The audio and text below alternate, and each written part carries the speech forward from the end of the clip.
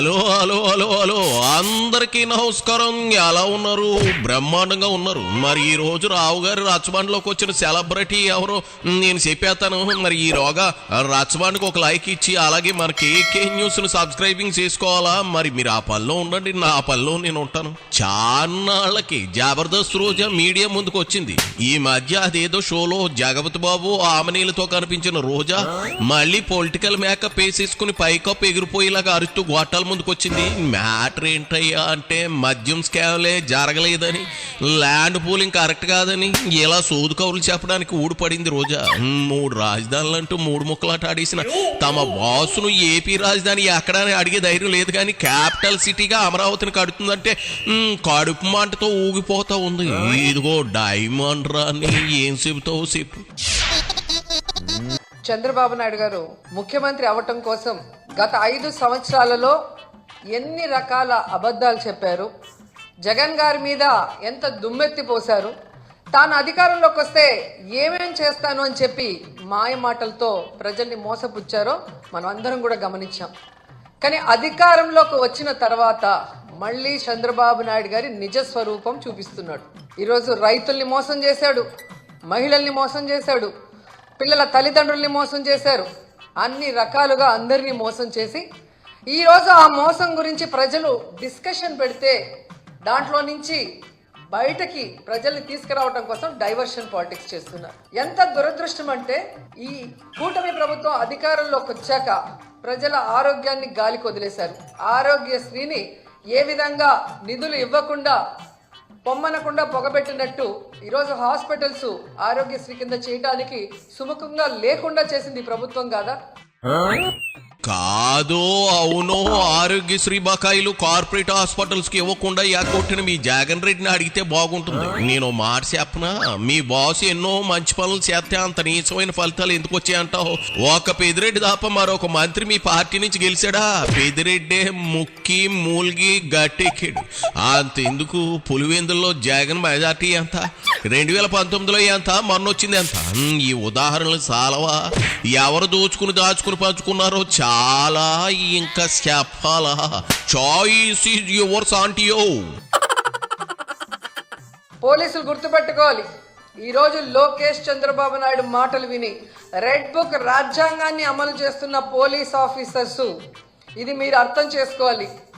తప్పు చేయని ఆంజనేయులు గారిని ఈ విధంగా అరెస్ట్ చేసి ఆయన్ని హ్యూమిలేట్ చేస్తూ అవమానపరుస్తుంటే తప్పు చేసిన మిమ్మల్ని చట్టం ముందు నిలబెట్టి మీకు బుద్ధి చెప్పే రోజు దగ్గరలో ఉంది. కాబట్టి అలాంటి తప్పులు చేయకుండా మీ పని మీరు కరెక్ట్గా చేయమని కూడా ఈ సందర్భంగా తెలియజేసుకుంటున్నాను. ఎందుకంటే ఏదో కిరీటం పెట్టేస్తారు చంద్రబాబు నాయుడు లోకేష్ అని చెప్పి చాలా చోట్ల పోలీసులు పెద్ద స్థాయి నుంచి కింద స్థాయి వరకు అందరూ కూడా వన్ సైడ్గా తప్పుడు సాక్ష్యాల్ని సృష్టించి తప్పుడు కేసులు పెట్టి ఏ విధంగా అరెస్ట్ చేసి పైశాచిక ఆనందం పొందుతున్నారో వాళ్ళందరినీ కూడా హెచ్చరిస్తున్నా, భవిష్యత్తులో మళ్ళీ కూటమి ప్రభుత్వం వచ్చే అవకాశం లేదు. నువ్వు కూడా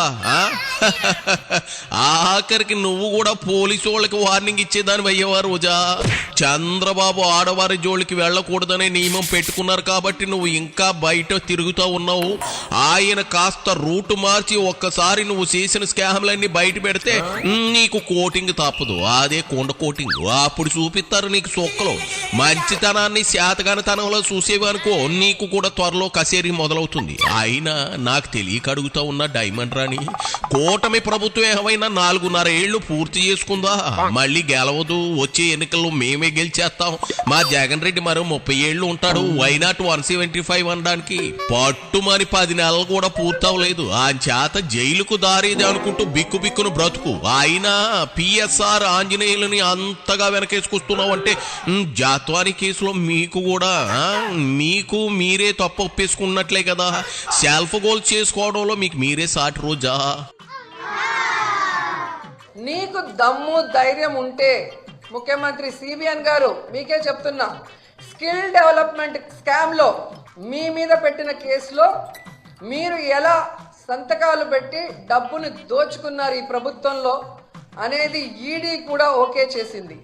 దాన్ని ఎందుకు సిఐడి విచారణ ముందుకు నడవనీయకుండా ఆపేశారు? దమ్ముంటే స్కిల్ డెవలప్మెంట్ మీద మీరు విచారణ చేయించుకోండి. మీ వల్ల కాకపోతే సిబిఐకి అప్పచెప్పండి. అలాగే మీరు చూస్తే ఫైబర్ నెట్ కేసులో ఎందుకు మీరు విచారణను ఆపేశారని అడుగుతున్నా. ఈరోజు ఏదో ఆంజనేయులు గారి మీద ఒక కేసో లేదా మిథున్ రెడ్డి గారి మీద ఒక దొంగ సాక్ష్యాలతో ఒక కేసో పెట్టి భయభ్రాంతులకి గురి చేయాలంటే ఎవరు భయపడే ప్రసక్తి లేదు. ఎందుకంటే మేము తప్పు చేయలేదు కాబట్టి ఎవరికి భయపడాల్సిన అవసరం లేదు.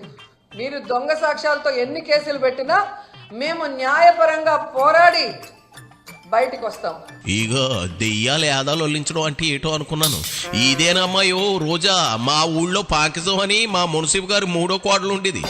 ఆవిడ అంతే చెప్పేవన్నీ నీతులు తిట్టేవన్నీ బూతులు సేమ్ టు సేమ్ నీలాగే అనమాట. 25 ఏళ్ల తర్వాత మా ఊరిని మా ఊరు మున్సిపల్ గారి కోడల్ని గుర్తు చేసావు. ఏందేంది ఈడి చాలా మంది ఆస్తులు అటాచ్ చేసేసిందా? ఓ పాలమి జగన్ రెడ్డిని అడుగు. వాళ్ళ నాయన పదవి అడ్డపెట్టేసుకుని అడ్డంగా దోసేసాడని 36 కేసుల్లో ఈడీ సగానికి పైగా ఆస్తులను అటాచ్ చేసింది. అంత మాత్రాన జగనే దోషానేద్దామా చెప్పు? కొంచెం లౌక్యం తెలుసుకుని మాట్లాడితే మంచిది నీకు మీ బాస్కి. నువ్వు ఈరోజు ఆ బాండ్లు ఎత్తుకొని గ్రామాల్లోకి మీ ఎమ్మెల్యేలు కానీ మీరు వెళ్ళే పరిస్థితి ఉందా?